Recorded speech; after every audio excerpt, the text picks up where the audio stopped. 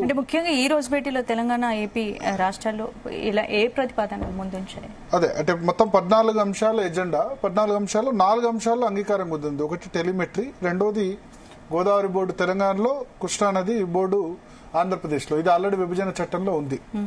మూడోది శ్రీశైలం ప్రాజెక్టులో ఒక గొయ్యి పడింది అని చెప్తున్నారు. కాబట్టి శ్రీశైలం ప్రాజెక్టు మరమ్మతులు, శ్రీశైలం ప్రాజెక్టు ఆంధ్రప్రదేశ్ చేతిలో ఉంటుంది, దాని మరమ్మతులకే ఆంధ్రప్రదేశ్ అంగీకరించింది.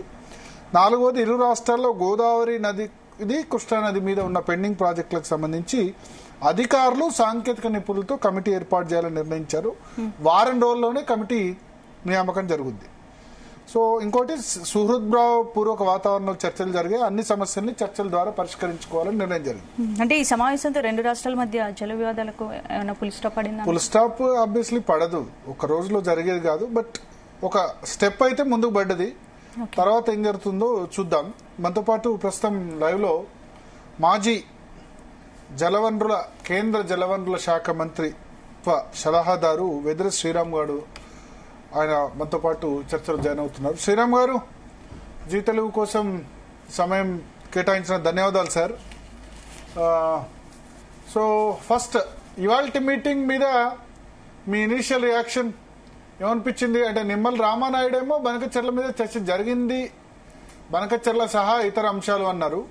రేవంత్ రెడ్డి అసలు వాళ్ళు కడతామని అనలేదు, మీటింగ్ లో చర్చ జరగలేదన్నారు. నమస్తే భరత్ గారు. ఈ రోజు మీటింగ్ లో మీరు ఇందాక ఇప్పుడు ఇంట్రొడక్షన్ లో చెప్పినట్టు ఎజెండా ఐటమ్స్ అందరం చూస్తాం. ప్రెస్ రిలీజ్ లో మినిస్ట్రీ ఆఫ్ జల్ శక్తి గానీ, లేకపోతే తెలంగాణ గవర్నమెంట్ గానీ, ఆంధ్రప్రదేశ్ గవర్నమెంట్ గానీ ఇచ్చిన ఎజెండా పాయింట్స్ నేను కూడా చూశాను. నేను మీటింగ్ లో లేను, because I'm not officially advisor now. నేను మీటింగ్ లో లేను. అయితే మీటింగ్ ఎజెండా ప్రకారము ఎజెండా పాయింట్స్ నార్మల్ గా టేకప్ చేస్తారు. అయితే నాకు ఈ సీఎం గారు, తెలంగాణ సీఎం గారు ప్రెస్ మీట్ నేను చూశాను. తర్వాత ఆ ప్రెస్ మీట్ ప్రకారం గానీ, లేకపోతే జనరల్ గా వారు ఇచ్చిన క్లారిటీ తోటి వారు చెప్పిన విషయం కానీ చూస్తే నాకు అనిపించింది ఏంటంటే, ఎజెండా ఐటమ్స్ థరోగా డిస్కస్ అయ్యాయా, ఒక్కొక్క అజెండా ఐటమ్ అయిందా, లేకపోతే కంబైన్డ్ గా ఒక సైడ్ స్టేట్ కొన్ని ఐటమ్స్ పుట్అప్ చేశాక అదర్ సైడ్ స్టేట్ ఏదైనా రెస్పాండ్ అయిందా, వాటి మీద ఇండివిజువల్ గా డిస్కషన్ కాకుండా ఓవరాల్ గా ఇప్పుడు మనం చూస్తే కమిటీ ఏర్పాటు చేయాలా, ఆ కమిటీ ఓవరాల్ గా అన్ని ఇష్యూస్ డిసైడ్ చేస్తుంది అనే మాట వచ్చింది. సో న్యాచురల్లీ ఈ ఎజెండాలో ఒక్కొక్కటి డిస్కస్ అయిందా, మల్టిపుల్ గా డిస్కస్ అయిందా అనే దానికంటే కూడా ఒక అవుట్కమ్ అయితే కనపడతాం. అవుట్కమ్ ఏంటంటే అది 13-14 ఎజెండా ఐటమ్స్ కానివ్వండి, అందులో ఒకటి రెండు అయితే క్లారిటీ ఉన్నాయి, టెలిమెట్రీ పెట్టాలనేది.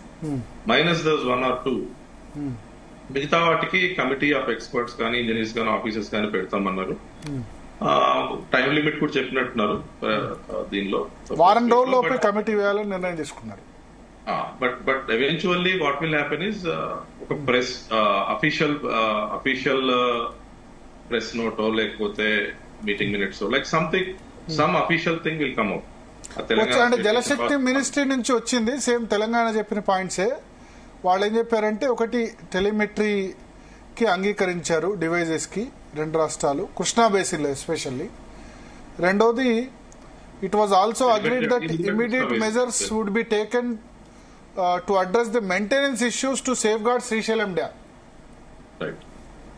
And Krishna river management board Hyderabad లో ఉంది, దాన్ని విజయవాడకు షిఫ్ట్ చేయాలని నిర్ణయించారు, విజయవాడ అమరావతికి. ఈ మూడు విషయాల్లో టెలిమెట్రీ అనేది ఎప్పుడు కూడా గోదావరి మీద అనుకోలేదు. సెకండ్ ఎపెక్స్ కౌన్సిల్ మీటింగ్ లో నేను ఉన్నాను, ఫస్ట్ ఎపెక్స్ కౌన్సిల్ ఉన్నాను, సెకండ్ ఎపెక్స్ కౌన్సిల్ ఉన్నాను. I'm witness to both. Telemetry అనేది అది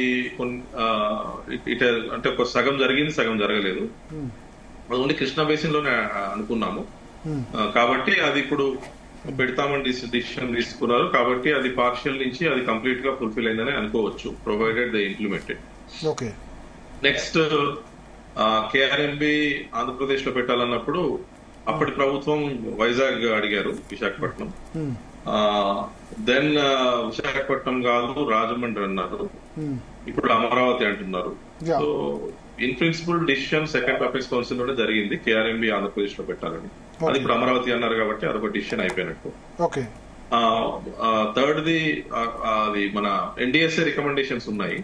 శ్రీశైలం డ్యామ్ ప్లంజ్ పూల్ అనేది లాస్ట్ 11-12 ఇయర్స్ నుంచి దాని మీద చాలా చర్చలు జరుగుతా ఉన్నాయి. అది safety aspect of the dam. అందులో వివాదం కూడా ఏం లేదు ఇంతకు ముందు. కాకపోతే ఆంధ్రప్రదేశ్ స్టేట్ దాన్ని మెయింటైన్ చేస్తుంది, ఆపరేట్ చేస్తుంది కాబట్టి తెలంగాణ కన్సర్న్స్ ఆంధ్రప్రదేశ్ డైరెక్టర్ తీసుకోవాలని తీసుకోకూడదని అట్లా ఏం లేదు కాబట్టి ఒక స్టేట్ మేనేజ్ చేస్తున్నప్పుడు వాళ్ళ కంట్రోల్లో ఉంటుంది.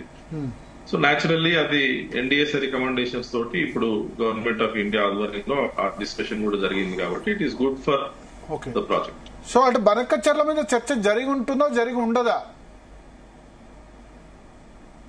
నేను స్పెక్యులేట్ చేయలేనండి, ఎందుకంటే నేను కూడా మీలాగానే నేను ఢిల్లీలోనే ఉన్నాను ఇప్పుడు, but I was not part of the meeting కాబట్టి I cannot speculate. Okay. So first Kaleshwaram నుంచి వద్దాం. వెదర్ శ్రీరంగ్ గారు, కాళేశ్వరం ప్రాజెక్ట్ నుంచి బనకచెర్ల వరకు వద్దాం. సో ఇప్పుడు మీరు 10 సంవత్సరాల పాటు జలశక్తి మంత్రిత్వ శాఖ సలహాదారుగా ఉన్నారు. మీరు ఉన్నప్పుడే కాళేశ్వరం ప్రాజెక్ట్ సంబంధించి దాదాపు నిర్మాణాలు కూడా అయినాయి కదా. సో ఇప్పుడు మేడిగడ్డకు సంబంధించి ఏంటి మీ ఒపీనియన్? మేడిగడ్డ తుమ్మిడిహెట్టి నుంచి మేడిగడ్డకు మార్చడం అన్నది కేంద్ర ప్రభుత్వం పూర్తిగా అంగీకరించింది, అన్ని అనుమతులు వచ్చాయని చెప్తున్నారు. అది కరెక్టేనా? తుమ్మిడిహెట్టి దగ్గరే ప్రాజెక్టు కట్టాల్సి ఉండనా, లేదా మేడిగడ్డ అన్నారం సుందిల్లా ఇట్లా ప్రాజెక్టు కట్టడం కరెక్టా? భరత్ గారు, ఎప్పుడైనా ఒక స్టేట్ ఒక ప్రాజెక్ట్ కట్టాలనుకున్నప్పుడు ఆ లొకేషన్ ఆఫ్ ది ప్రాజెక్ట్ కానీ లేకపోతే కన్స్ట్రక్షన్ ఆస్పెక్ట్స్ కానీ ఫైనల్ డిసిషన్ స్టేట్ దే ఉంటుంది. స్టేట్ ఏ లొకేషన్ అయితే ప్రపోజ్ చేస్తుందో ఆ లొకేషన్ లో various things, especially interstate aspects, hydrology అంటే water availability, basin management parameters, upstream states కానీ డౌన్ స్ట్రీమ్ స్టేట్స్ కానీ overall basin management, basin planning లో ఫిట్ అవుతుందా లేదా, ఇటువంటి ఆస్పెక్ట్స్ కొన్ని డైరెక్టరేట్స్, సిడబ్ల్యూసీలో కొన్ని డైరెక్టరేట్స్ ఉంటాయి, అవి అప్రూవ్ చేస్తాయి. ఆ పారామీటర్స్ ఫుల్ఫిల్ అయిన తర్వాత లొకేషన్ మార్చడం మార్చకపోవడం అనేది కేంద్ర ప్రభుత్వానికి కానీ కేంద్ర ప్రభుత్వానికి ఏ సంబంధం ఉండదు. సో తుమ్మడిహట్టి విషయంలో మెయిన్ గా హైడ్రాలజీ క్లియరెన్స్ కేంద్ర ప్రభుత్వం ఇచ్చింది. 165 టీఎంసీ at 75% డిపెండబిలిటీ నీళ్లు ఉన్నాయి. అది చాలా క్లారిటీ కేంద్ర ప్రభుత్వం నుంచి హైడ్రాలజీ క్లియరెన్స్ ఉంది. తర్వాత లొకేషన్ లో ఇంటర్ స్టేట్ ఆస్పెక్ట్స్, మహారాష్ట్రలో ముప్పు గురైంది అనేది ఉండే ఇష్యూ ఉన్నప్పుడు అది కేంద్ర ప్రభుత్వము 2 రాష్ట్రాల మీటింగ్స్ ఏర్పాటు చేసింది ఒక ఆర్బిట్రేటర్ గా. 2 రాష్ట్రాల్లో అంగీకారం కుదరలేదు. అది నార్మల్ గా ఒక స్టేట్ లో సబ్మర్జెన్స్ అవుతున్నప్పుడు ఇంకొక స్టేట్ వాళ్లకు కంపెన్సేషన్ ప్యాకేజ్ గానీ లేకపోతే వర్కౌట్ చేసుకోవాలి. అది వాళ్ళు తెలంగాణ మహారాష్ట్ర మధ్యలో ఆ వర్కౌట్ ప్రాబబ్లీ అప్పుడు ట్రై చేశారు. సో కొన్ని 152 మీటర్ ఎఫ్ఆర్ఎల్ లో కుదరలేదు, అది అందరికి తెలిసిందే. ఆ తర్వాత మహారాష్ట్ర 150, తర్వాత 148 ఆ డిస్కషన్ అయింది ఎఫ్ఆర్ఎల్ మీటర్స్ లో. సో అది జరుగుతున్నప్పుడే ఆ లొకేషన్ షిఫ్ట్ అనేది స్టేట్ గవర్నమెంట్ చేసింది తప్పితే సెంట్రల్ గవర్నమెంట్ అప్రూవల్ అవసరం. మహారాష్ట్ర అంగీకరించలేదా? అంగీకరించిందా? 152 మీటర్స్ కు మహారాష్ట్ర అంగీకరించలేదు. 152 మీటర్ ఎఫ్ఆర్ఎల్ కు మహారాష్ట్ర అంగీకరించలేదు. ఎంత 148 లో కట్టుకోమన్నారు? 150 148 కట్టుకోండి. 148 చాలా క్లియర్ గా కట్టుకోమన్నారు. అది committee of experts, officers, engineers అప్పుడు కూర్చున్నారు. 148 ఒకవేళ మహారాష్ట్ర ఒప్పుకోకుండా ముందుకెళ్లే అవకాశం ఉంటుందా? ఇప్పుడు పోలవరంకి ఛత్తీస్గఢ్, ఒడిశా ఒప్పుకోకుండా ముందుకెళ్లారు కదా, అట్లా వెళ్లే అవకాశం ఉంటుందా? ప్రొవిజన్ ఉంటుందా? అంటే పోలవరం విషయంలో ఎఫ్ఆర్ఎల్ తగ్గించలేదు. ఛత్తీస్గఢ్, ఒరిస్సా సుప్రీంకోర్టుకు వెళ్ళాయి. తెలంగాణ కూడా of course AP reorganisation act దాని ప్రకారం 7 మండల్స్ తర్వాత బైఫర్కేషన్ ఆఫ్ 7 మండల్స్ వెళ్లిపోయాయి. అది డిఫరెంట్ ఆస్పెక్ట్. అక్కడ ఎత్తు తగ్గించలేదు. ఇక్కడ ఎత్తు తగ్గించినా గానీ ఎప్పుడైనా ఒక ప్రాజెక్ట్ ప్లానింగ్ ఎట్లా ఉంటుందంటే స్టోరేజ్ కెపాసిటీ, తర్వాత regulator intake canal head regulator గానీ క్రాస్ హెడ్ రెగ్యులేటర్ గానీ width of that regulator and carriage capacity canal width లేదా డెప్త్ అది ఎంత ఉంటుంది వీటన్నిటి మీద డిపెండ్ అయి ఉంటుంది. తుమ్మడేటి దగ్గర it was never a dam, అది 152 అయినా 148 అయినా barrage. So if a barrage is plan with for diversion other parameters కనుక మనం కంట్రోల్ చేసుకుంటే like width of the regulator పెంచుకొని కెనాల్ విడ్త్ హైట్ డెప్త్ పెంచుకుంటే 148 దగ్గర కూడా ఇబ్బంది లేదంటే 148 దగ్గర కట్టినా పెద్ద వాటర్ అవైలబిలిటీలో డిఫరెన్స్ ఏమి ఉండదా? వాటర్ అవైలబిలిటీ 165 టీఎంసీ అవైలబుల్ ఏదైతే ఉందో దాని యూటిలైజేషన్ కి ఎఫెక్ట్ ఏముందో. 165 అవైలబిలిటీ అనేది మీరు ఏ ఎత్తులో కట్టినా ఎంత హైట్ లో కట్టినా అవైలబుల్ అంటే పైనుంచి వచ్చే వాటర్ అది ఉంది. దాని యూటిలైజేషన్ 152 గానీ 150 గానీ 148 గానీ వేరే పారామీటర్స్ కంట్రోల్ చేసుకొని మనం వాడుకునే వెసులుబాటు అయితే ఉండేది. కాకపోతే ఇంకొకటి ఏంటంటే మహారాష్ట్ర 150 కూడా ఒప్పుకునే ఛాన్స్ ఉండేది, మనం కొంచెం గట్టిగా నెగోషియేట్ చేసి ఉంటాయి అప్పుడు. ఎందుకంటే సిడబ్ల్యూసీ తోటి మేము ఇది చేయించాము ఇంతకు ముందు గురవుతుందనే స్టడీస్. 150 కానీ 148 కానీ ఆల్మోస్ట్ ప్రైవేట్ ల్యాండ్ దగ్గరలో అటు ఇట్లో ఉంది గురయ్యేది. కాబట్టి 150 కూడా మహారాష్ట్ర ఎన్ని ఎకరాలు ప్రైవేట్ ల్యాండ్ అబౌట్ 300 acres ఉందండి. అంతే. 148 300 ఎకరాలు అంటే చాలా తక్కువ కదా. అవును, అంటే గవర్నమెంట్ ల్యాండ్ ఉంది కొంచెం, ఫారెస్ట్ ల్యాండ్, అది subject to forest clearance, government clearance. Compensation మనం నెగోషియేట్ చేసుకోవాలి. ఓకే, సో అక్కడ మీ ఉద్దేశం ఇప్పుడు తుమ్మిడిహెట్టి దగ్గర ప్రాజెక్ట్ నిర్మించి ఉండాల్సిందా? మీ ఒపీనియన్ ఏంది? అంటే 3-4 పారామీటర్స్ చూడాలి భరత్ గారు. ఇప్పుడు ఒకటేంటంటే అక్కడ most of the 71 kilometers canal already కట్టి ఉన్నాము. 5,000-6,000 కోట్లు స్పెండ్ చేసినాం. యాక్చువల్ గా 11,900 కోట్లు స్పెండ్ చేసినాము. అందులో ఎల్లంపల్లి కంటే కింద స్పెండ్ చేసినాయి ఆల్రెడీ కాళేశ్వరంలో యూటిలైజ్ అయినాయి అనుకుందాం. తుమ్మడిహెట్టి మధ్యలో ఏదైతే 4,000 కోట్లు స్పెండ్ చేసినారో అది రీయూజ్ అయ్యేది ఒకటి. తర్వాత స్మాల్ లిఫ్ట్ 71 kilometers నాకు తెలిసి not wrong subject to correction 1-2 kilometers gravity ఉండింది. అక్కడి నుంచి little bit of lift 1 or 2 small lifts తోటి ఎల్లంపల్లికి వస్తుంది. పవర్ కన్సంప్షన్ మీకు చాలా తేడా ఉంది. అంటే లిఫ్ట్ ఇప్పుడు ఒకటి బీఆర్ఎస్ ఏమంటుందంటే అక్కడ కూడా లిఫ్ట్లు ఉన్నాయి, గ్రావిటీ ఫుల్ గ్రావిటీ ఏం కాదు అంటారు. ఎంత తేడా ఉంటుంది పవర్ కన్సంప్షన్? పవర్ కన్సంప్షన్ తేడా చాలా ఉంటుంది. ఇక్కడ మీకు ఆల్మోస్ట్ 10,000 megawatts అవసరం అయితే అక్కడ 3-4 megawatts. ఎందుకంటే నేను 10,000 megawatts మొత్తం ప్రాజెక్ట్ కదా, కాళేశ్వరం ప్రాజెక్ట్ మొత్తం ఆపరేట్ చేయడానికి మొత్తం. అందుకే ఇప్పుడు ఎల్లంపల్లి నుంచి నేను అడిగేది మేడిగడ్డ, అన్నారం, సుందిల్లా నుంచి ఎల్లంపల్లిలో లిఫ్ట్ చేయడానికి ఎంత మెగావాట్లు అవసరం అవుతుంది? తుమ్మిడిహెట్టి నుంచి ఎల్లంపల్లికి ఎంత మెగావాట్లు అవసరం అవుతుంది? అంటే ఆ రెండు మాత్రం కంపేర్ చేస్తే డెఫినెట్ గా ఇది ఒక 1/4, 1/5 తేడా వస్తుంది. అంటే ఇది 4 ఇంతలు అవసరం అయితే అది 1/4 వరకు. ఎందుకంటే ఎగ్జాక్ట్ నెంబర్స్ నేను చాలా రోజులు అయింది అవి స్టడీ చేసి పెట్టుకొని. బట్ ఓవరాల్ గా ఎల్లంపల్లి నుంచి బియాండ్ మనం ఇప్పుడు మల్లన్న సాగర్ దాకా తీసుకెళ్తున్నాము. ఆ లిఫ్ట్స్ ఏవైతే ఉన్నాయో అవి కామనే, కాకపోతే పైనుంచి వచ్చే దాంట్లో మాత్రం చాలా తేడా ఉంటుంది. 25% మాత్రమే యూజ్ అయ్యేది, అంతేనా? As compared from Medigadda to Yellampalli. సరే, ఎల్లంపల్లి పైనుంచి అయితే మిగతా సేమే కదా. ఎట్లా అయినా ఎల్లంపల్లి పైనుంచి యూసేజ్ అయితే పవర్ అయితే సేమ్. కాకపోతే ఇక్కడ రీడిజైన్ లో ప్రాజెక్టుల స్టోరేజ్ పెంచారు. మల్లన్న సాగర్ 50 TMCలు, కొండపోచమ్మ సాగర్, రంగనాయక సాగర్.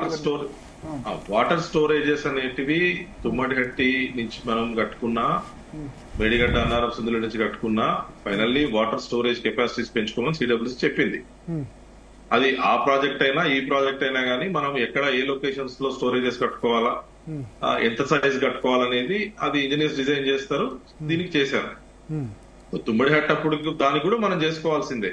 అయితే అది 50 TMCలు ఒక దగ్గర పెట్టాలనా, మల్టిపుల్ గా 4-5 TMCలే మల్టిపుల్ పెట్టాలా, అది పవర్ కన్సంప్షన్ మల్టిపుల్ ప్లేసెస్ లో పెట్టి స్మాల్ లిఫ్ట్స్ పెట్టుకుంటే పవర్ కన్సంప్షన్ ఎట్లుండేది, ఇదంతా కూడా అప్పుడు ఇంజనీర్స్ ఎవరైతే స్టేట్ లో డిజైన్ చేశారో వాళ్ళు చూడాల్సిన ఆస్పెక్ట్ ఇది. న్యాచురల్ అంటే నాకు తెలిసి పవర్ కన్సంప్షన్ లిఫ్టింగ్ కానీ లేకపోతే storage versus lifting versus power consumption అనేది బెటర్ గా వర్కౌట్ చేసుకోవచ్చు. It is in our hands.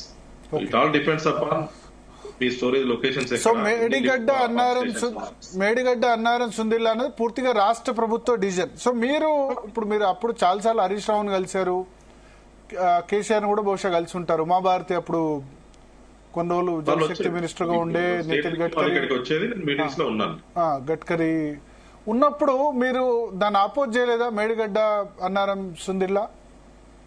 ఇప్పుడు అదే భరత్ గారు నేను ఏం చెప్తున్నా అంటే, ఇప్పుడు ఒక డిపిఆర్ తుమ్మిడిగట్టి ఇచ్చినప్పుడు దానికి రిలేటెడ్ ఆస్పెక్ట్స్ మేము చూసినాము, హైడ్రాలజీ క్లియరెన్స్ ఇచ్చినాము. ఇంటర్ స్టేట్ ఆస్పెక్ట్స్ లో మహారాష్ట్ర ముప్పు అనేది రెండు రాష్ట్రాలు మాట్లాడుకోమన్నాం. మేము ఫెసిలిటేట్ చేసినాం కూడా మీటింగ్స్, కొన్ని డైరెక్ట్ వాళ్ళని మాట్లాడుకోమన్నాం. బేసిన్ పారామీటర్స్ చెక్ చేసి ఓకే చెప్పినాం. వాళ్ళు నెక్స్ట్ ఫేజ్ లో వచ్చి మేము డిపిఆర్ మార్చుకున్నాము, మాకు మేడిగడ్డ అన్నారం సుందిల్లా నుంచి మేము చేసుకుంటున్నాం అన్నప్పుడు మేము కేంద్ర ప్రభుత్వంగా నా పర్సనల్ ఒపీనియన్ ఏమైనా ఉండొచ్చు, లేకపోతే పొలిటికల్ ఒపీనియన్ ఏమైనా ఉండొచ్చు, అది వేరు. కేంద్ర ప్రభుత్వం ఎప్పుడైనా కానీ ఒక స్టేట్ వచ్చి మేము ఆ ప్రాజెక్ట్ అక్కడి నుంచి ఇక్కడ పెట్టుకుంటాము అన్నప్పుడు same parameters, same CWC directorates అక్కడ ఆ లొకేషన్ లో మళ్ళీ కొంతమంది అంటారు కరెక్ట్ లొకేషన్ కాదు, దానివల్లే ఇప్పుడు ఈ ఎర్త్ క్వేక్ జోన్ లో ఉంది, అది కరెక్ట్ లొకేషన్ కాదు మేడిగడ్డ, అది అందుకనే బీటలు వారింది, లేకపోతే పిల్లర్ గుంగిపోయింది ఇట్లా అంటారని చెప్పి, అదేమైనా కరెక్టా కాదా? యాక్చువల్లీ ఇప్పుడు కొన్ని ఎట్లుంటాయంటే, ఇప్పుడు ఫర్ ఎగ్జాంపుల్ మీరన్న జియోలాజికల్ ఇన్వెస్టిగేషన్స్, జియోటెక్నికల్ ఇన్వెస్టిగేషన్స్ కానీ జియాలజీకి సంబంధించినవి కానీ ఒక స్టేట్ కు ఇంతకు ముందు సిడబ్ల్యూసీ డైరెక్టరేట్స్ 12 డైరెక్టరేట్స్ లో one of the directorates use to ఒకప్పుడు స్టేట్ లో సిడిఓ లేనప్పుడు, సిడిఓ అంటే సెంట్రల్ డిజైన్ ఆర్గనైజేషన్, ప్రతి స్టేట్ లో అది ఉండాలని లేదు. కొన్ని స్టేట్స్ కొన్ని చిన్నగా ఉంటాయి, కొన్ని టెక్నికల్లీ అంత స్ట్రాంగ్ ఉండవు. అవి లేని ప్లేసెస్ లో సిడబ్ల్యూసీకే వాళ్ళు డెలిగేట్ చేస్తారు, మాకు అంతా చేసి పెట్టండి డిపిఆర్ అని. అప్పుడు ఈ geo technical investigations, geology investigations అన్ని కూడా సిడబ్ల్యూసీ చేస్తారు. ఇక్కడ మన స్టేట్ లో తెలంగాణలో సిడిఓ ఉంది, సెంట్రల్ డిజైన్ ఆర్గనైజేషన్. తర్వాత Telangana state modelling engineering lab ఉంది, మోడలింగ్ అంతా వాళ్ళు చేస్తారు. జియో టెక్నికల్ ఇన్వెస్టిగేషన్స్ కానీ లేకపోతే డిజైన్స్ కానీ బరాజెస్ ది సిడిఓ చేస్తుంది. ఒక ప్రొఫార్మా ఉంటుంది, ఒక అండర్టేకింగ్, ఏమనంటే చెక్ లిస్ట్ ఉంటుంది. ఈ డిజైన్ మేము చేశాము, జియో టెక్నికల్ ఇన్వెస్టిగేషన్స్ మేము చేశాము, జియో ఫిజికల్ ఇన్వెస్టిగేషన్స్ మేము చేశాము, ఇన్స్ట్రుమెంటేషన్ మేము చేశాము. ఇవన్నీ చెక్ లిస్ట్ లో వాళ్ళు టిక్ పెట్టి ఇస్తారు. వాళ్ళు ఏదైతే టిక్ పెట్టి ఇస్తారో signed by chief engineer of CDO and attested by principal secretary irrigation. కానీ ర్యాప్కోస్ దీన్ని ఆమోదించిందని చెప్తున్నారు మొత్తం డిజైన్. అయితే అట్లా వాళ్ళు అండర్టేకింగ్ లో సైన్ చేసి ఇచ్చినప్పుడు సెంట్రల్ వాటర్ కమిషన్ ఆస్పెక్ట్స్ ని చూడదు వాళ్ళు. It is on face approved. CWC approval ఉంది అంటే సిడబ్ల్యూసీ వాటిని ఇన్వెస్టిగేట్ చేసి అప్రూవ్ చేయలేదు. స్టేట్ అండర్టేకింగ్ ఇచ్చింది కాబట్టి అది ఫెడరల్ సిస్టమ్ లో central government believes the state government. So central government వీటిలో ఇన్వాల్వ్ కాలేదు టెక్నికల్ వాటిలో. అది లా ఆఫ్ ది ల్యాండ్. మీరన్న సెకండ్ ప్రశ్న వ్యాప్కోస్. ఒకటి భరత్ గారు, వ్యాప్కోస్ అనేది it's a public sector undertaking of government of India. మీరు సపోజ్ నాకు తెలిసి మీరైతే కాంట్రాక్టర్ కాదు, బట్ సపోజ్ ఎగ్జాంపుల్ గా మీరు ఏదన్నా ఒక కాంట్రాక్టర్ గా ఒక డ్యామ్ బరాజో కన్స్ట్రక్షన్ మీరు తీసుకున్నారు అనుకోండి కాంట్రాక్ట్, మీరు కూడా వ్యాప్కోస్ కి ఇవ్వచ్చు డిపిఆర్ ప్రిపేర్ చేయండి. సో ఒక ప్రైవేట్ ఏజెన్సీస్ కానీ గవర్నమెంట్ ఏజెన్సీస్ కానీ వ్యాప్కోస్ హైర్ చేసుకోవచ్చు. వ్యాప్కోస్ ఏం చేస్తుంది, like any other private entity, మీరు ఎవరైనా ప్రైవేట్ వాళ్ళకు కూడా ఇచ్చుకోవచ్చు. సపోజ్ నాకు ఏదైనా ప్రైవేట్ కన్సల్టెన్సీ ఉండి నేను డిపిఆర్ తయారు చేయగలిగితే మీరు నాకు కూడా ఇవ్వచ్చు. నాకు ఇచ్చే బదులు మీరు వ్యాప్కోస్ కూడా ఇవ్వచ్చు. వ్యాప్కోస్ అనేది పబ్లిక్ సెక్టర్ అండర్టేకింగ్ కాబట్టి బిహెచ్ఈఎల్ లాగా ప్రైవేట్ వాళ్ళకు కూడా బిహెచ్ఈఎల్ డూ సమ్ వర్క్స్. వ్యాప్కోస్ ఆ వర్క్ చేసి వాళ్ళు స్టేట్ కి ఇస్తారు. వ్యాప్కోస్ చేసింది దేనికి కూడా గవర్నమెంట్ ఆఫ్ ఇండియా ఎండార్స్మెంట్ ఉండదు. గవర్నమెంట్ ఆఫ్ ఇండియాకు వ్యాప్కోస్ ఇచ్చే రిపోర్ట్స్ గానీ డిపిఆర్ గానీ గవర్నమెంట్ ఆఫ్ ఇండియా శాంక్టిటీ లేదు, ఉండదు. సిడబ్ల్యూసీ ఏదైతే చెప్తుందో అది గవర్నమెంట్ ఆఫ్ ఇండియా చెప్పినట్టు. వ్యాప్కోస్ చెప్పింది గవర్నమెంట్ ఆఫ్ ఇండియా చెప్పినట్టు కాదు. సో అంటే ఇక ఇప్పుడు వాళ్ళ ఒక నిర్ణయానికి వచ్చారు, మేడిగడ్డ అన్నారం సుందిల్లా ఇది కట్టాలి రీడీఆర్ కేసీఆర్. అది ఎందుకు వచ్చారని అనిపిస్తుంది మీకు? ఆయన బలంగా అది అంటే స్టేట్ గవర్నమెంట్ డిసిషన్. అది స్టేట్ గవర్నమెంట్ 2 విషయాలు చెప్పింది నాకు తెలిసి, 2-3 విషయాలు చెప్పింది. అందులో మెయిన్ గా నాకు ఇది ఉన్నంత వరకు, అవగాహన ఉన్నంత వరకు సిడబ్ల్యూసి 165 టీఎంసీ ఫస్ట్ ఉందని చెప్పింది, తర్వాత లేదని చెప్పింది అన్నారు. అయితే సిడబ్ల్యూసి ఎప్పుడైనా ఒక ప్రాజెక్ట్ కు వాటర్ అవైలబిలిటీ చెప్పినప్పుడు 75% డిపెండబిలిటీ అనే ప్రామాణికత ఉంటుంది. 75% డిపెండబిలిటీ అంటే 3 out of 4 years water available ఉండాలి, 3 out of 4 years project success కావాలి. 75% డిపెండబిలిటీ కింద తుమ్మడేటి లొకేషన్ లో 165 టీఎంసీ ఉందని సిడబ్ల్యూసి చెప్పింది వాస్తవం.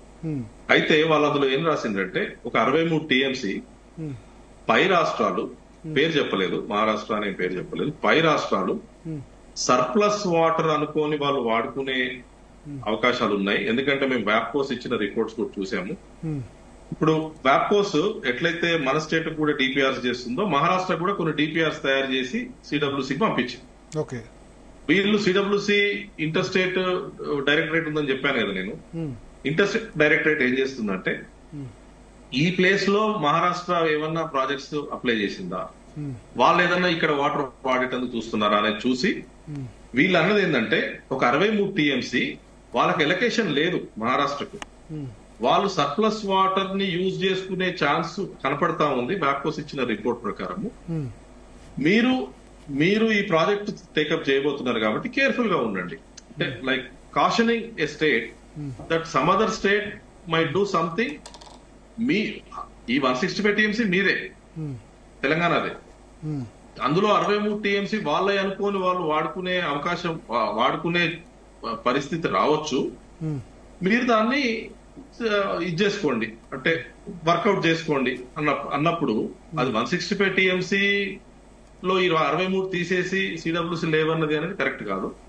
165 టీఎంసీ 75% డిపెండబిలిటీ కింద సిడబ్ల్యూసీ చెప్పింది అనేది వాస్తవం, అందులో ఏమాత్రం కూడా డౌట్ లేదు. ఓకే. సో ఇక్కడ ఇప్పుడు సరే మేడిగడ్డ అన్నారం సుందిల్లా మొత్తం ప్రాజెక్ట్ అయితే ఇప్పుడు కంప్లీట్ అయింది. ఇప్పుడు ఓవరాల్ గా మేడిగడ్డలో పిల్లర్లు కుంగిపోవడం, దాన్ని ఎట్లా దీన్ని రిపేర్ చేస్తే మొత్తం సెట్ అయిపోతుందా, లేకపోతే మళ్ళీ ప్రాబ్లం తలెత్తే అవకాశం ఉంటుందా? ఇప్పుడు దీని మీద గవర్నమెంట్ ఆఫ్ ఇండియా స్టాండ్ గానీ లేకపోతే నా పర్సనల్ ఒపీనియన్ గానీ, నేషనల్ డ్యామ్ సేఫ్టీ అథారిటీ దీనికి ప్రామాణికత ఉన్న ఆర్గనైజేషన్ కంట్రీలో. వాళ్ళు ఇచ్చిన రిపోర్ట్ 1.5 year వాళ్ళు స్టడీ చేశారు. వాళ్ళు ఏదైతే స్టడీ చేసి వాళ్ళు ఏదైతే రిపోర్ట్ ఇచ్చిండ్రో వాళ్ళు చాలా క్లియర్ గా ఏం చెప్పారంటే జియో టెక్నికల్ ఇన్వెస్టిగేషన్స్ ఫర్దర్ గా చేయండి.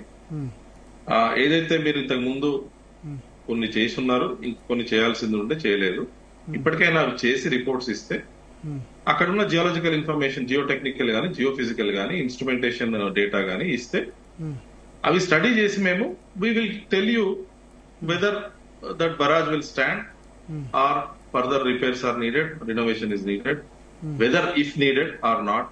ఇవన్నీ కూడా ఆ టెస్ట్ రిజల్ట్స్ బట్టే మేము చెప్తామని వాళ్ళు అన్నారు.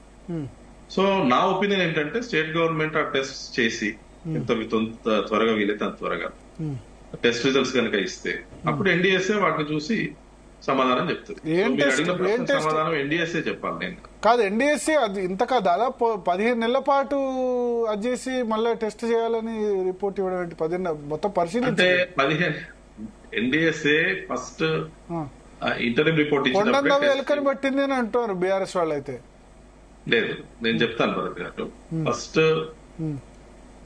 ఇమ్మీడియట్ గా దాన్ని ఏమంటారు, ఇన్సిడెంట్ జరిగిన 10 days లోనే గివెన్ ఏ ప్రిలిమినరీ రిపోర్ట్. ఆ ప్రిలిమినరీ రిపోర్ట్ ఎందుకు ఇస్తారంటే ఫర్దర్ గా డ్యామేజ్ జరగకూడదు బరాజ్ కు, వాటర్ వచ్చి ఇంపౌండ్ అవుతుంది, వర్షాలు పడతాయి అని చెప్పి immediate measures like A person being taken to emergency for some wrong thing happened. So ముందు ఆ ట్రీట్మెంట్ అవుతుంది. ఆ ట్రీట్మెంట్ అది ఫస్ట్ వాళ్ళు ఇచ్చిన 10 days లో ఇచ్చిన రిపోర్ట్ లో వాళ్ళు క్లియర్ గా ఏమన్నారంటే మీరు ఒక వాటర్ ఇంపౌండ్ చేయకండి, సో అండ్ సో టెస్ట్ చేయండి అవన్నీ చెప్పారు. అప్పుడు మన దగ్గర అసెంబ్లీ ఎలక్షన్స్ ఉన్నాయి, గవర్నమెంట్ మారింది. దీనిలో 3-4 months ఐ థింక్ వెళ్ళిపోయినట్టుంది. ఆ తర్వాత 1st Mayకు ఒక ఇంటర్వ్యూ రిపోర్ట్ ఇచ్చారు. అప్పుడు స్టేట్ గవర్నమెంట్, కొత్త స్టేట్ గవర్నమెంట్ వచ్చాక కొత్త స్టేట్ గవర్నమెంట్ ఏమన్నదంటే, మాకు రిపోర్ట్ ఇవ్వండి అంటే, బిగ్గా రిపోర్ట్ ఇవ్వాలంటే మీరు కొన్ని టెస్ట్లు చేయాల్సి ఉంటుంది. అది జరగలేదు కాబట్టి మేము మీకు ఒక ఇంటర్వ్యూ రిపోర్ట్ ఇస్తామని చెప్పి 1st Mayకు ఆఫ్ 2024 ఒక ఇంటర్వ్యూ రిపోర్ట్ ఇచ్చింది. దానిలో చాలా క్లియర్ గా ఏం టెస్ట్ చేయాలా, ఏం చేయకూడదు, అంటే ఏం చేయాలా, ఎంత క్విక్ గా చేయాలా అనేది చాలా క్లారిటీ తోటి ఉంది. ఆ టెస్ట్లు ప్రస్తుత స్టేట్ గవర్నమెంట్ కొన్ని చేసింది, కొన్ని చేసిన వాటిలో కొన్ని రిజల్ట్స్ సరిగా ఎన్డీఎస్ఏ సాటిస్ఫాక్షన్ ఉన్నట్లేవు. For various reasons, technical reasons ఉండొచ్చు, ఏమైనా రీజన్స్ ఉండొచ్చు.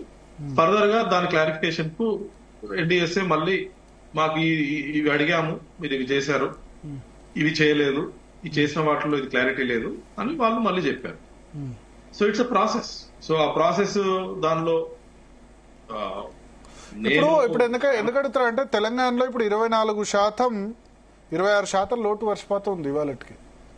సో ఇదే 26% డెఫిసిట్ రెయిన్ఫాల్ ఉంది ఈ రోజు నాటికి, జూలై 16 నాటికి 26% లోటు వర్షపాతం. శ్రీశైలం నాగార్జున సాగర్ నిండుతుందేమో, బానే ఉంది. కానీ గోదావరి బేసిన్ లో పరిస్థితి దారుణంగా ఉంది.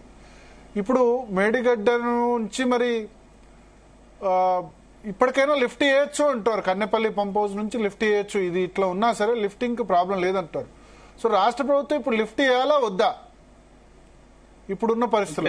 ఎప్పటి భరత్ గారు, ఇప్పుడు ఏదైనా కానీ నాకు అవసరాలు అయితే ఉంటాయి. అవసరాలు అనేది ప్రతి సంవత్సరం ఉంటాయి. వర్షాలు, డెఫిసిట్, మీరు అన్నట్టు డెఫిసిట్ ఇయర్ లో ఇంకెక్కువ ఉంటాయి. అంటే ఇప్పుడు లాస్ట్ 8 సంవత్సరాలుగా పెద్ద అవసరం పడలే. కాళేశ్వరం ప్రాజెక్టు మేడిగడ్డ, అన్నారం, సుందిల్లా, ఎలంపల్లి దాకా లిఫ్ట్ చేసిన తర్వాత వర్షాలు పడి మళ్ళా కిందికి వదిలేసిన పరిస్థితులు ఉన్నాయి. కానీ అవసరాలు ఉంటాయి, డెఫిసిట్ ఇయర్ ఎస్పెషల్లీ ఉంటాయి. కాకపోతే అది సేఫా కాదా ఆపరేట్ చేయాలనేది, నేను మళ్ళీ రిపీటింగ్ అగైన్, ఎన్డీఎస్ఏ వాళ్ళు ఇచ్చిన రిపోర్ట్ లో సేఫ్టీ ఆస్పెక్ట్స్, వాళ్ళు dam safety, overall dam safety చూసుకోమని చెప్పినప్పుడు వాటర్ ఇంపోర్ట్ చేయకూడదు అని వాళ్ళు చెప్పారు. So if you go by NDSA recommendations, then water ఆపుకుంటే రిస్క్ స్టేట్ ఉంటుంది. ఆపుకోకుండానే లిఫ్ట్ చేయొచ్చు అంటారు హరీష్ రావు. కన్నెపల్లి పంప్ హౌస్ దగ్గర ఇప్పుడు ఆల్రెడీ ఆ నీటి మట్టం దాటిపోయింది, ఆపకుండానే లిఫ్ట్ చేయొచ్చు మేడిగడ్డ నుంచి అంటున్నారు.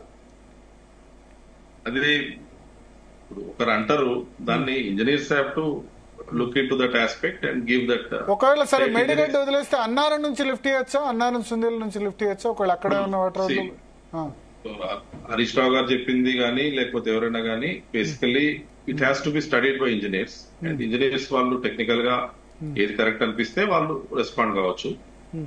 అన్నారం సుందిల్ల విషయంలో కూడా ఎన్డీఎస్ఏ రిపోర్ట్ లో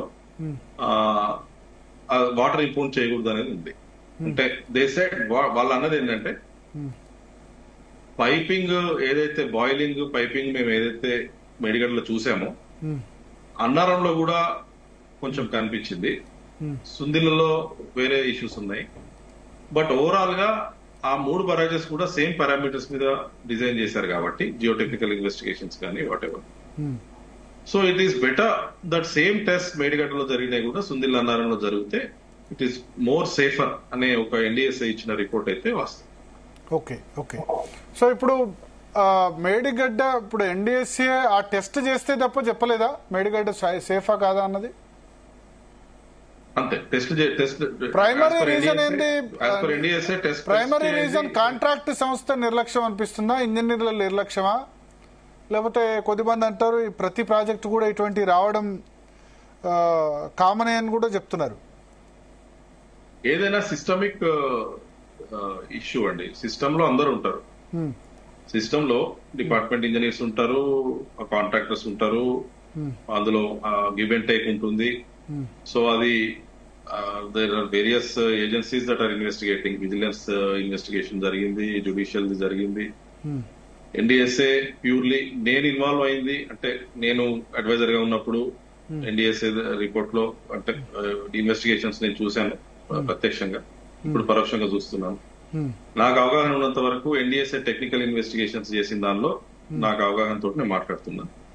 అప్పుడు ఎవరిని రెస్పెక్టివ్ ఏజెన్సీస్ వాళ్ళ ఇన్వెస్టిగేషన్స్ వాళ్ళు చెప్పినే తీసుకోవాలా, ఎందుకంటే నేను అందులో పార్ట్ అప్పుడు లేను కాబట్టి ఐ కెనాట్ కామెంట్.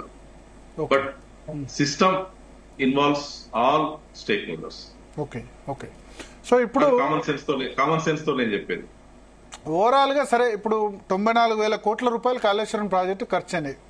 ఇప్పుడు తుమ్మిడి ఎట్టి మేడిగడ్డ ఇవి పక్కన పెడితే ఇప్పుడు రాష్ట్ర ప్రజలకి, తెలంగాణ రాష్ట్ర ప్రజలకి బెనిఫిట్ కావడం ఎట్లా? దీని నుంచి బెస్ట్ సొల్యూషన్ ఏంటి? మళ్ళీ తుమ్మిడి ఎట్టి దగ్గర వీళ్ళు కడతాము అని అంటారు కాంగ్రెస్, కట్టాల్సిన అవసరం ఉందా లేదా? ఇప్పుడు దీనిలో వేరియస్ థింగ్స్ మనం చూడాలి భరత్ గారు. ఒకటి ఏంటంటే tax payers money is spent. So every penny spent needs to be, we should try to reuse. Or use or reuse, use for our people. So ఆ మోటో అయితే ఎవరికైనా ఉంటుంది. తుమ్మడెట్టి దగ్గర ఆల్రెడీ కాళేశ్వరం, మేడిగడ్డ, అన్నారం, సుందిల దగ్గరికి మూవ్ అయిన తర్వాత కూడా ప్రాజెక్ట్ అందులో పార్ట్ లోనే తుమ్మడెట్టి దగ్గర 20 TMC అప్రూవల్ ఉంది మనకు. సో తుమ్మడెట్టి దగ్గర కూడా ఒక బరాజ్ కడతాం అనేది కాళేశ్వరం డిపిఆర్ అప్రూవల్ లోనే ఉంది. సో కొత్తగా తుమ్మడేటి దగ్గర బరాజ్ కట్టాలా వద్దా అనేది ప్రశ్న గానే లేనే లేదు. ఎందుకంటే తుమ్మడేటి దగ్గర ఒక బరాజ్ కట్టాలనేది that was part of the Kaleshwaram DPR approval itself. కాకపోతే 195 TMC మేడిగడ్డ, అన్నారం, సుందరి నుంచి వాడతాము, 20 TMC తుమ్మడిహట్ నుంచి వాడతాము, ఇంకో 20 TMC ఎల్లంపల్లి నుంచి వాడతాము, పై నుంచి వచ్చేది. ఇదంతా కలిపి 235 TMC ఓవరాల్ గా కాళేశ్వరం ప్రాజెక్ట్. కాబట్టి 20 TMC. నాదొక ప్రశ్న ఇక్కడ ఎల్లంపల్లి ప్రాజెక్ట్ నుంచి లాస్ట్ 7-8 సంవత్సరాలు ఈ ప్రాజెక్టు పూర్తయినప్పటి నుంచి సగటు ప్రవాహం 200 TMCలు కిందికి పోయినాయి ప్రతి సంవత్సరం కూడా, 200+ TMC. అసలు ఈ మేడిగడ్డ, అన్నారం, సుందిల్లాలో తుమ్మిడేటి కాకుండా ఎల్లంపల్లి నుంచే లిఫ్ట్ చేయొచ్చు కదా. ఇప్పటి వరకు 7-8 సంవత్సరాలు 200 TMCలు ప్రతి యావరేజ్ గా కిందికి పోయినాయి. కొన్ని సంవత్సరాలు 400 TMCలు కూడా కిందికి పోయిన సందర్భం ఉంది. ఇప్పుడు లాస్ట్ టైం కూడా ఏంటంటే మేడిగడ్డ, అన్నారం, సుందిల్లకు లిఫ్ట్ చేయడం, ఎల్లంపల్లి దాకా లిఫ్ట్ అయిన తర్వాత ఎల్లంపల్లికి ఫ్లడ్ వచ్చి మళ్ళా దాన్ని వదిలిపెట్టడం జరిగింది. ఇప్పుడు ప్రాజెక్ట్ లొకేషన్స్ ఐడెంటిఫై చేస్తున్నప్పుడు ఎట్లుంటుందంటే భరత్ గారు, ప్రణహిత నుంచి పైనుంచి G7, G8 సబ్ బేసిన్స్ నుంచి మనకు ప్రణహిత, వార్దా సబ్ బేసిన్స్ నుంచి వచ్చేటివి, అక్కడి నుంచి ప్రణహిత నది నుంచి వచ్చి కాన్ఫ్లుయెన్స్ మేడిగడ్డ దగ్గర గోదావరిలో కలుస్తుంది కాబట్టి ఆ వాటర్ ట్యాప్ చేయొచ్చు ఆ లొకేషన్ లో. ఇటు గోదావరి నుంచి వచ్చేది కూడా ఆ ప్లేస్ లో ట్యాప్ చేయొచ్చు. కాబట్టి ఆ junction more viable for taking water from both Pranahita river and Godavari. అయితే మీరు అన్నట్టు తుమ్మడిహట్టి దగ్గర 165 TMC కట్టుంటే most of the Pranahita sub basin water మనం అక్కడ ట్యాప్ చేసేవాళ్ళము, most of the Godavari water Yellampalli దగ్గర ట్యాప్ చేసేది. సో అప్పుడు మీరు అన్నది వర్కౌట్ అయ్యేది. సో ఇటు నుంచి వచ్చే నీళ్లు ఎల్లంపల్లి నుంచే స్టోర్ చేసుకుని లిఫ్ట్ చేసుకునేది ఉండేది. ఎప్పుడైతే మనము అది ఇక్కడికి మార్చినాము, సో మన అప్పుడు స్టేట్ గవర్నమెంట్ ఇచ్చిన ప్రపోజల్ మేము 195 TMC ఇక్కడి నుంచే వాడుకుంటాము, ఇక్కడి నుంచి మేము లిఫ్ట్ చేసుకుంటాం ఎల్లంపల్లికి అని మనం డిజైన్ ఇచ్చినప్పుడు project approval authority CWC 195 TMC Medigadda దగ్గర ఇచ్చింది. ఎల్లంపల్లి దగ్గర ఎంత వాటర్ అవైలబిలిటీ ఉంటుంది మనకు? 20 స్టేట్ గవర్నమెంట్ ఏం చెప్పిందంటే మేము 20 TMC ఎల్లంపల్లి దగ్గర ఆపుకొని అక్కడి నుంచి లిఫ్ట్ చేసుకుంటాం. 20 TMC స్టోరేజ్ ఉంది, కానీ వాటర్ అవైలబిలిటీ ఎంత ఉంటుంది సగటున? వాటర్ అవైలబిలిటీ 195 TMC ఏదైతే 230 TMC ఏదైతే కాళేశ్వరం ప్రాజెక్ట్ కు వాటర్ అవైలబిలిటీ చూసినామో అందులో 195 మేడిగడ్డ దగ్గర అప్రూవల్ ఉంది. అంటే స్టేట్ గవర్నమెంట్ అడిగింది, CWC అప్రూవ్ చేసింది. ఆ 195 పోను 20 TMC ఎల్లంపల్లి దగ్గర, 20 TMC తుమ్మడెట్టి దగ్గర CWC క్లియరెన్స్ ఇచ్చింది. That means state has asked we will use only 20 TMC at Yellampalli. CWC దానికి అనుగుణంగా అప్రూవల్ ఇచ్చింది. అంతకంటే ఎక్కువ CWC అక్కడ ఇవ్వలేదు, ఎందుకంటే కింద మీరు ఆల్రెడీ 195 తీసుకుంటున్నారు కదా. ఎల్లంపల్లి నుంచి మేడిగడ్డకు పోయే నీళ్ళే మీరు అక్కడ కింద ట్యాప్ చేస్తామని అన్నారు కదా. సో ఇప్పుడు వర్షాభావ పరిస్థితులు ఉన్నాయి, ఇప్పుడు ఏం చేయాలి? అది వెరీ ఓపెన్ ఎండెడ్ క్వశ్చన్. ఎందుకంటే టైం లేదు సార్, అంటే టైం లేదు. మీరే ఇప్పుడు ముఖ్యమంత్రి అయితే మీరు ఏం చేస్తారు? అది చాలా పెద్ద విషయం కానీ కావడం కాకపోవడం. అంటే డిసిజన్ అంటే ఇప్పుడు రాష్ట్ర ప్రజలు అయితే ఇబ్బంది పడకూడదు, రైతులు ఇబ్బంది పడకూడదు కదా. ఇప్పుడు 50% కూడా సాగు జరగలేదు. కానీ గత 7 సంవత్సరాలుగా ఇప్పుడు 2014-15 విపరీతమైన డ్రాట్ మీకు కూడా తెలుసు. దేశవ్యాప్తంగా డ్రాట్, తెలంగాణ కూడా డ్రాట్. బట్ 16-17 నుంచి ప్రతి సంవత్సరం వర్షం పడ్డది. ఇవాళ ఫస్ట్ టైం జూలై 16 వచ్చింది, -26%. ఇక్కడ రాయలసీమలో అయితే 50% పైగా లోటు ఉంది. అటు గోదావరి బేసిన్ ఇప్పుడు మనకు వచ్చే మరాఠ్వాడాలో కూడా దాదాపు -40% లోటు. దేశం మొత్తం సర్ప్లస్ రెయిన్ఫాల్, 15% సర్ప్లస్ రెయిన్ఫాల్ ఉంది. కృష్ణా బేసిన్ లో పర్లేదు. కృష్ణా బేసిన్ లో నల్గొండలో వర్షాలు లేవు, 50% లోటు వర్షపాతం. కానీ ఈ శ్రీశైలం, నాగార్జున సాగర్ ఆల్మోస్ట్ శ్రీశైలం నిండింది, నాగార్జున సాగర్ కూడా నిండే విధంగానే కనబడుతుంది ఇప్పుడున్న పరిస్థితి చూస్తే. ఇప్పుడు భరత్ గారు 2 విషయాలు. ఒకటి, వర్షాభావం ఉన్నప్పుడు మాక్సిమము మనకున్న స్టోరేజెస్ నుంచి మనం ఎంత వీలైతే అంత వాడుకునేటానికి ప్రయత్నించాలా. ముఖ్యమంత్రి గారు కానీ ఎవరైనా కానీ ఫీల్డ్ లో ఉన్న సిచ్యువేషన్ ను బట్టి, అక్కడ ఉన్న కన్స్ట్రెంట్స్ బట్టి డిసిషన్స్ తీసుకోవాల్సి ఉంటుంది. ఫీల్డ్ ఇంజనీర్స్ రిపోర్ట్స్ ఇస్తారు, సేఫ్టీ ఆఫ్ ది బరాజెస్ కానీ, లేకపోతే మన స్టోరేజ్ ఎంత ఉంది, లొకేషన్స్ ఎంత ఉంది అనేది కానీ. One of the fundamental flaw that Telangana state has faced ఇప్పటి వరకు, fundamental flaw, basic flaw I would say, మనం గోదావరి మీద స్టోరేజెస్ ఏర్పాటు చేసుకోలేకపోయాం. మీరు ఇప్పటి వరకు చూస్తే బరాజ్ అనే మాట్లాడుతుంది, కానీ శ్రీరామ్ సాగర్ ప్రాజెక్ట్ తర్వాత మీరు చెప్పండి ఒక్కటన్నా స్టోరేజ్ లొకేషన్ ఉందా? మేజర్ స్టోరేజ్ లొకేషన్ మనకు 968 TMC మనకు అష్యూర్డ్ వాటర్ 75%. అంటే లిఫ్ట్ తప్ప వేరే మార్గం లేదు అంటారు కదా తెలంగాణకు. ఎవరన్నారండి లిఫ్ట్ తప్ప? ఎవరన్నారు? ఎందుకు భరత్ గారు నేను సింపుల్ టెక్నికల్ పారామీటర్స్ చెప్తాను. ప్రణహిత వచ్చి కన్ఫ్లుయెన్స్ గోదావరిలో అయిన లొకేషన్ ఒకటి, SRSP తర్వాత పోచంపాడు ప్రాజెక్ట్ తర్వాత చెప్తున్నాను. ఇంద్రావతి వచ్చి ఇంచంపల్లి దగ్గర లొకేషన్ ఒకటి. మీరు మేజర్ డ్యామ్ కట్టుకుంటే ఎవరు వద్దండ్రు. Those are the 2 locations. In fact Inchampalli location GWDT లోనే మీరు సూరారం దగ్గర కట్టాలని ప్రపోజ్ చేసినట్టున్నారు కదా. ఎగ్జాక్ట్. సూరారం అంటే ఎక్కడ? ఇది ఇచ్చంపల్లి దగ్గర, మేడిగడ్డకు ఒక 5-6 కిలోమీటర్ దూరంలో ఉంది. ఇంకా పైన కాన్ఫ్లుయెన్స్ ఆఫ్ ప్రణహిత కాన్ఫ్లుయెన్స్ జరిగిన తర్వాత ఉంటుంది సూరారం. అంటే basically it is the in principle idea of Medigadda or Kaleshwaram or Suraram is same. అక్కడ మేజర్ డ్యామ్ కట్టుకొని ఉంటే ఓన్లీ ప్రాబ్లమ్ భరత్ గారు, మీరు అన్నట్టు ఎవరన్నా గానీ అది any person who might have said it is not possible, only ఒకటే రీజన్ ఏంటంటే ముంపు గురయ్యే ప్రాంతం. ముంపు మన రాష్ట్రంలో గురయ్యేదానికి మనం ఎలాగో కంపెన్సేషన్ ఇచ్చుకోవాలా. పక్క రాష్ట్రంలో జరిగేదానికి మహారాష్ట్రలో ముంపు గురయ్యే ఛాన్స్ ఉంది. నేను చెప్పిన 115 మీటర్స్ FRL లో గనక సూరారం దగ్గర కట్టుంటే 88 TMC స్టోరేజ్ మనం చేసుకునే అవకాశం ఉండే. మీకు 4 times ఫిల్లింగ్. ఒక డ్యామ్ కడితే, డ్యామ్ ఇది నాట్ బరాజ్, ఒక డ్యామ్ కట్టినప్పుడు ఒక సీజన్ లో మీరు 4 times ఫిల్లింగ్ వాడుకోవచ్చు. అంటే ఫిల్ చేసుకొని తీసుకెళ్తాం కెనాల్స్ నుంచి, డిస్ట్రిబ్యూటర్స్ నుంచి మళ్ళీ ఫిల్ చేసుకుంటాం 4 times. 80-84 అంటే ఆల్మోస్ట్ 350 TMC మనం ఆ డ్యామ్ నుంచి యూజ్ చేసుకునే వెసులుబాటు ఉంటాయి. సో మీ ఉద్దేశంలో సూరారంలో 80 TMCల భారీ రిజర్వాయర్, అంటే ఇప్పుడు మనకు SRSP 110 ఉండే, ఇప్పుడు పూడిక వల్ల 80కి పడిపోయిందా? 135 TMC ఉంది, దాన్ని 90కి వచ్చింది, ఇప్పుడు 75 దాకా వచ్చింది. నాగార్జున సాగర్ తర్వాత శ్రీశైలం లాగా ఒక డ్యాము లేదా 2 డ్యామ్స్ మనం కట్టుకునే వెసులుబాటు మనకు ఉండే. ఒకటి సూరారం, ఇంకోటి ఎక్కడ? ఇచ్చంపల్లి చాలా తక్కువ దూరం ఉంటుంది. మీ 80 TMCలు అంటే Ichampalli Suraram backward 25 TMC GWDT numbers allocate చేసింది ఆ ప్రాజెక్ట్. కానీ రిమైనింగ్ వాటర్స్ ఏదైతే G10 సబ్ బేసిన్ లో అక్కడ పైనుంచి మనకు G5, G6, G7, G8 Indravati sub basin, G9 నుంచి G10 మన లోవర్ గోదావరి సబ్ బేసిన్, ఈ రిమైనింగ్ వాటర్స్ అని మనకి ఇచ్చింది. సో ఇచ్చంపల్లి దగ్గర మీరు ఈ 968లో 300 వాడుకుంటారా 400 వాడుకుంటారా మన ఇష్టం. Apart from that 85 which GWDT has said.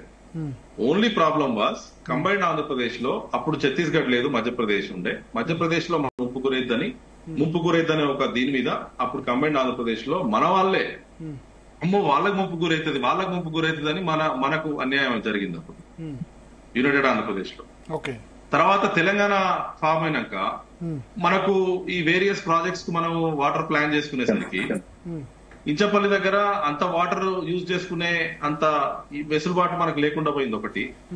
రెండోది ముంపు అనేది still it is a problem. ఇప్పుడు సూరారం దగ్గర 80 టీఎంసీలు, ఇప్పుడు ఇచ్చంపల్లి దగ్గర ఎంత టీఎంసీలతో స్టోరేజ్ కట్టొచ్చు రిజర్వాయర్? ఇప్పుడు మనము ఆల్రెడీ 968 లో ఏవైతే ప్రాజెక్ట్స్ ఎలకేషన్స్ చేసేసుకున్నామో పోయినాక ఇప్పుడు ఇంచంపల్లి దగ్గర మేజర్ డ్యామ్ కట్టి స్టోరేజ్, కాళేశ్వరం దగ్గర మేజర్ డ్యామ్ కట్టి స్టోరేజ్ అనేది gone fast. Because we have already committed to various projects, various barrages, various planning has happened, construction has happened. ఇదంతా జరిగింది. అది కాకుండా మీరు అన్న దాని ప్రకారం సూరారం దగ్గర 80 టీఎంసీల స్టోరేజ్ ప్లస్ ఇచ్చంపల్లి దగ్గర ఎంత స్టోరేజ్ తో కట్టాల్సి ఉండే? ఇచ్చంపల్లి దగ్గర ఒరిజినల్ గా 112.5 మీటర్స్ FRL తోటి 350 టీఎంసీ స్టోరేజ్ ప్లాన్ ఉండింది. 350 టీఎంసీ అది మనం కనుక 112.5 మీటర్స్ FRL తోటి మనం ఛత్తీస్గఢ్ ని మహారాష్ట్రను ఒప్పించుంటే ఈ జిందా తెలిసిమాత్ లెక్క ఒక ఈ 2 డ్యామ్స్ తోటే మనం మొత్తం తెలంగాణ కంప్లీట్ గా. ఇప్పుడు SRSP ఎల్లంపల్లి దగ్గర కూడా మధ్యలో ఏమైనా కట్టొచ్చా? చాలా వాటర్ వస్తుంది కదా. బరాజెస్ కట్టుకోవచ్చు మేజర్ స్టోరేజ్ లొకేషన్స్ గా. ఎందుకంటే కాన్ఫ్లుయెన్స్ మనకు భరత్ గారు ఎప్పుడైనా Pranahita and Indravati are golden spots. ఎందుకంటే పైనుంచి గోదావరి మెయిన్ రివర్ లోంచి వచ్చేది ఆ G1, G2, G3, G4 sub basins లో డెఫిసిట్ ఉంది. మనకు సర్ప్లస్ అంటే వాటర్ 75% డిపెండబిలిటీ అవైలబుల్ ఉంది. మనకు అలొకేటెడ్ వాటర్ ఎల్లంపల్లి తర్వాతనే Pranahita sub basin, Indravati sub basin. కాబట్టి ఆ 2 confluence points correct points. Major అదే చేసింది కదా మరి BRS. మేడిగడ్డ, అన్నారం, సుందిల్లా బ్యారేజ్ కట్టింది అదే కదా. అదే బరాజెస్ కట్టింది. బట్ నా పర్సనల్ ఒపీనియన్ డ్యామ్ కట్టి ఉంటే it would have been much better.